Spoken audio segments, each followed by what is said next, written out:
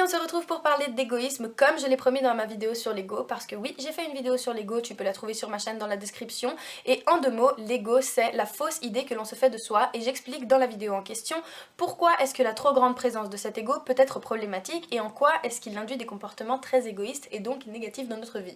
Mais je dis aussi qu'on peut être égoïste sainement entre guillemets, et c'est ce dont je vais parler dans cette vidéo. Oui, parce que dans ma vidéo sur l'ego, il y a eu tout un débat autour du fait de est-ce qu'il faut vraiment éradiquer totalement son ego ou il faut en garder un petit peu parce que sinon on s'oublie, etc.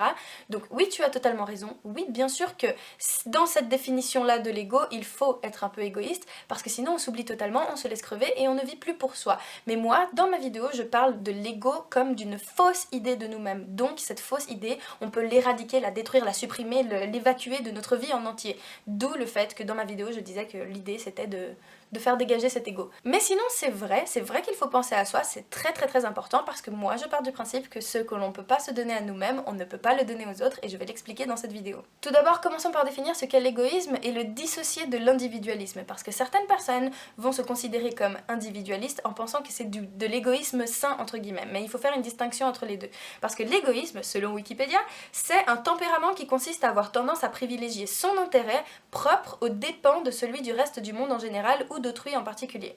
Donc en gros, c'est considéré comme un défaut parce qu'on va penser d'abord à notre gueule, même si c'est mauvais pour les autres, on va penser d'abord à notre gueule. Alors que l'individualisme, lui, c'est une philosophie, je sais pas si on peut dire que c'est une doctrine qui nous vient du Moyen-Âge et qui en gros veut mettre l'individu en avant plutôt que les groupes, ce qui peut être une très bonne chose. Sauf qu'on va voir que il faut un équilibre dans tout. Moi ici, je vais pas te parler d'individualisme, je vais te parler d'un tempérament, je vais te parler de nous, dans notre comportement, comment est-ce que être égoïste, ça peut être quelque chose de bon. Si tu me connais pas, il faut que je t'explique que pour moi, il n'y a rien qui est fondamentalement mauvais ou fondamentalement bon. Il y a des choses qui peuvent être très positives, très négatives, mais elles ne sont pas que ça.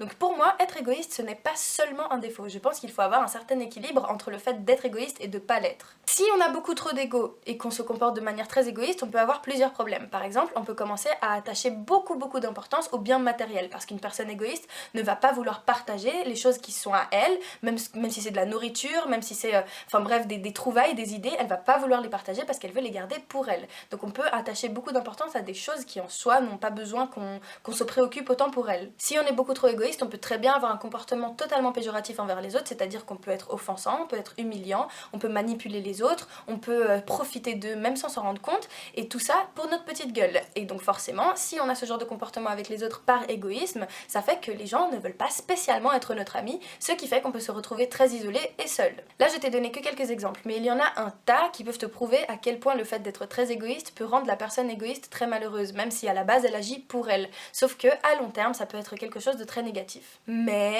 on n'est pas obligé d'être égoïste de cette manière, parce que je pense qu'on peut très bien agir de manière égoïste quand il le faut, s'il le faut, et sans faire trop de dégâts. À mon avis, on peut être la personne la plus géniale du monde, la plus douce, la plus gentille, la plus généreuse, tout ce que tu veux, mais malgré nous, on peut très bien faire du mal aux autres sans se rendre compte. Donc là, c'est une manière de minimiser les dégâts entre guillemets. Parce que je pense que forcément, quoi que tu fasses, il y a des gens qui vont se sentir offensés ou blessés par ton comportement, et le but du coup, c'est de le faire dans la mesure où tout le monde y gagne un maximum. À mes yeux, le fait d'être égoïste sainement, ça signifie le fait de s'aimer vraiment. Et c'est là qu'on vient introduire le sujet de l'amour, parce que selon moi, si l'on s'aime, si l'on se traite d'une bonne manière, on a un comportement égoïste mais sain. Pour moi, s'aimer soi-même vraiment profondément, ça veut dire ne pas se juger, savoir se pardonner soi-même, ne pas se rabaisser, ne pas s'auto-humilier, ne pas se culpabiliser, enfin bref. Ça veut dire être compréhensif envers nous-mêmes, ça veut tout simplement dire se traiter comme son propre ami. Je m'explique, pense à une personne que tu adores, vraiment une personne qui est très chère à tes yeux, à qui tu pourrais tout donner, vraiment. Une personne, je sais pas, ça peut être tes parents, ton frère, ta soeur, ton meilleur ami, ton copain, ta copine, enfin bref, quelqu'un que t'aimes vraiment beaucoup.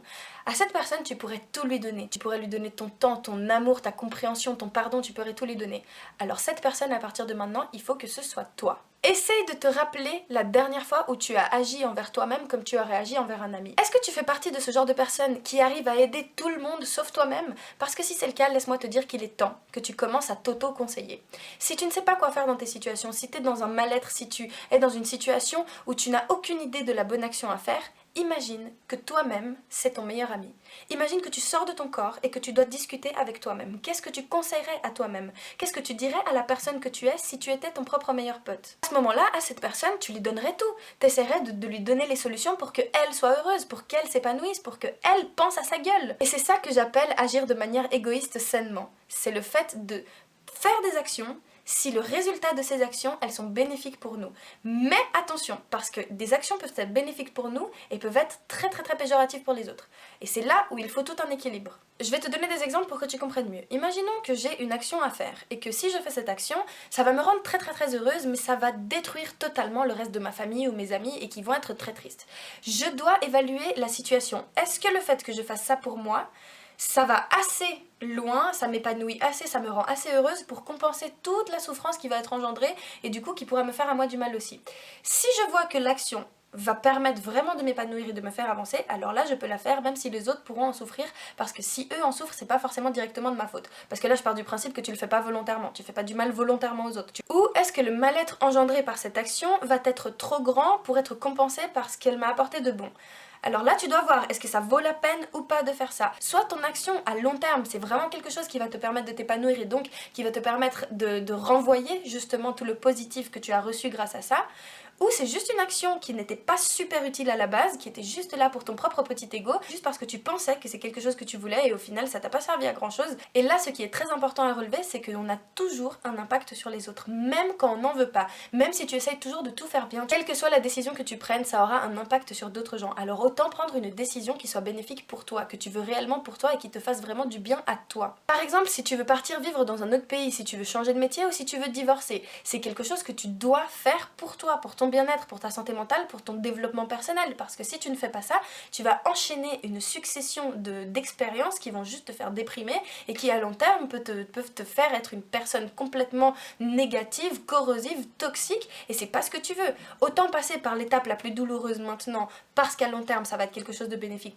pour toi, plutôt que d'attendre, de faire les choses pour les autres pour ensuite être toi-même mal, et après ce mal-être le répandre autour de toi comme un cancer. C'est vraiment comme un investissement, il faut que tu te poses la question, ok, si je fais ça maintenant, si je prends cette décision, est-ce que vraiment ça va m'apporter du positif? Et même si au début ça va être quelque chose de négatif, même si au début il y a d'autres gens qui seront impliqués, ou il y a des choses qui vont être négatives pour toi, réfléchis si après coup, si après la résolution de tous ces problèmes, ça aura vraiment valu la peine. Évidemment, on a ce cliché de la bonne personne, entre guillemets, qui est une personne qui donne tout, qui ne pense que aux autres, qui va seulement vivre pour les autres et non pas pour elle.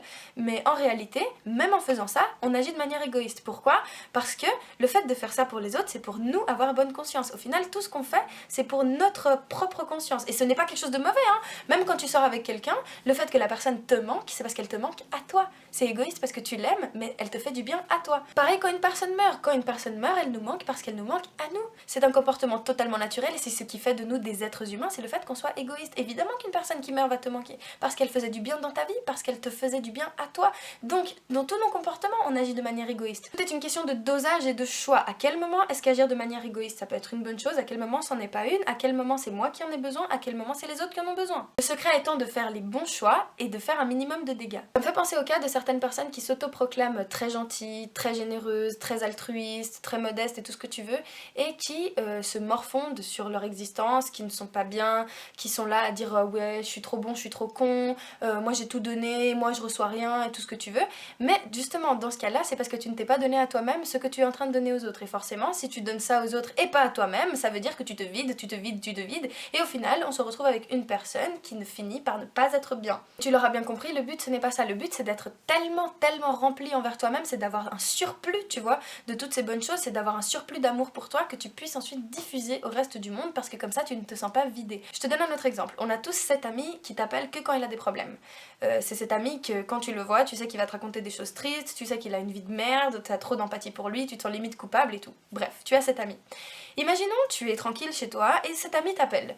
Donc tu as deux choix. Soit tu vas voir cet ami et tu vas vraiment essayer de l'aider pour qu'il aille mieux, soit tu n'y vas pas et tu vas faire autre chose, je sais pas, tu vas soit inventer une excuse, soit, je sais pas, te mater un film, en bref, tu fais autre chose. Le comportement non égoïste là-dedans, ce serait quoi? Ce serait de se dire, ok, bah je vais aller le voir, je vais essayer de le conseiller, parce que je suis pas une personne égoïste, allez, je vais l'aider. Et le comportement égoïste, ce serait, oh putain, tu me saoules, vas-y, va régler tes problèmes, moi j'arrange les miens. Dans ce cas-là, on pourrait croire qu'il est fondamentalement toujours bon d'aller aider l'autre personne, mais justement, si toi, t'es pas dans le mood de l'aider, si toi, tu sens que ça va être un truc en plus, que ça va être un effort en plus, que de toute façon, tu ne sauras pas quoi lui dire parce que la personne ne va pas t'écouter, parce que de toute façon ça fait un millénaire tu lui répètes les mêmes choses, alors n'y va pas. Parce que si tu fais ça, Si tu essaies de l'aider, et que tu te frustres encore plus, et qu'ensuite tu te sens impuissante et frustrée, et puis que limite tu te disputes avec parce que tu vois que la personne elle a pas envie d'aller mieux, etc. Donc à ce moment-là, vous êtes deux à pas être bien, et non pas seulement un seul, et c'est vraiment pas le but. Et je te dis ça en connaissance de cause, parce que moi pendant longtemps j'étais une personne qui me considérait comme très altruiste. J'étais là, ouais, mais moi, je voulais être la personne justement parfaite, qui donnait tout à tout le monde, qui voilà et tout, et je me rendais compte qu'en fait ça me rendait malade moi-même, et notamment je pense avec ma famille. Avec ma famille, j'étais toujours là à agir comme eux ils voulaient, parce que je pensais que c'était de la générosité. Je me disais, allez, on va leur faire plaisir, c'est pour leur bonheur, c'est pour leur bonheur. Et je me suis retrouvée quelques années après à péter ma crise parce que j'étais pas du tout heureuse dans ma manière de faire. Et j'étais persuadée que c'était ce que je voulais. Dans ma tête, j'étais lavée du cerveau à me dire, non mais si je fais ça, ça va être bien, ça va être bien, ça va être bien. Mais non, j'avais pas l'intention réelle derrière de faire ce genre de choses parce que ça ne correspondait pas exactement avec comment j'étais. Par contre, tout de suite maintenant, à bientôt 20 ans, je peux me dire, ok, je peux agir de manière égoïste dans la mesure où ma vie, c'est moi qui décide ce que j'en fais, c'est avec moi que je vais crever, c'est moi qui vais rester dans ce corps toute mon existence, alors autant être bien avec moi-même. Pour reprendre l'exemple de l'ami chiant qui t'appelle, dans ce cas-là, si moi je me sens pas en mood de le conseiller parce que je vois que ça sert à rien ou parce que je vois que la personne c'est un vampire énergétique qui est là juste pour m'absorber tout ce que j'ai de bon en moi, j'y vais pas. Et je trouve ça trop dommage qu'on pense justement que l'amour, aimer forcément quelqu'un, c'est justement tout lui donner tout le temps, toujours, d'être toujours là, de se vider de sa coquille pour s'offrir corps et âme à une personne. Parce que non, pour moi, l'amour, c'est pas ça. Et c'est pas que l'amour amoureux, hein. Ça peut être l'amour amical, l'amour familial, l'amour sous tous ses aspects. Quand on aime vraiment quelqu'un, ça veut pas dire qu'on est toujours à son service, qu'on doit toujours tout lui donner, qu'on doit toujours tout lui dire comme elle veut.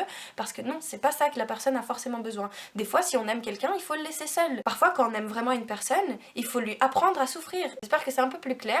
Et j'insiste sur cette notion d'amour parce que je pense que quand on aime vraiment les gens, c'est ce qu'on veut pour eux, c'est qu'ils s'épanouissent et qu'ils s'élèvent. On confond beaucoup l'amour et le faux altruisme, tu vois. On se dit oui mais je fais ça par amour, je fais ça par altruisme, etc. Mais non, pour moi c'est pas ça l'amour. L'amour c'est aussi savoir laisser les gens grandir, se démerder tout seul. Et je pense que quand on aime réellement quelqu'un, on veut qu'il soit heureux sans nous. Parce que même si ça peut paraître flatteur que la personne dépende de toi, que la personne ait besoin de toi pour être heureuse, c'est très mauvais pour elle parce qu'elle doit être sa propre source de bonheur. Tout le monde est sa propre source de bonheur. Alors si elle dépend de toi, elle n'est pas pleinement épanouie. Et si tu l'aimes vraiment, il faut que tu lui montres qu'elle n'a besoin de personne. Et c'est surtout s'aimer soi-même, comme je te l'ai dit. Bon voilà, je pense que maintenant le message est passé. N'hésite pas à me donner tes retours comme d'habitude. J'espère que cette vidéo t'a plu. Et bim, plus de batterie pour changer. Du coup, je disais, n'hésite pas à commenter, à me dire ce que t'en as pensé, si t'es d'accord ou pas, enfin bref, tout le blabla habituel. On se revoit bientôt pour une nouvelle vidéo. En attendant, je te fais un énorme bisou. J'espère que tu vas passer de très bonnes fêtes, un beau nouvel an, que tu vas prendre des bonnes résolutions, bla bla bla, bref.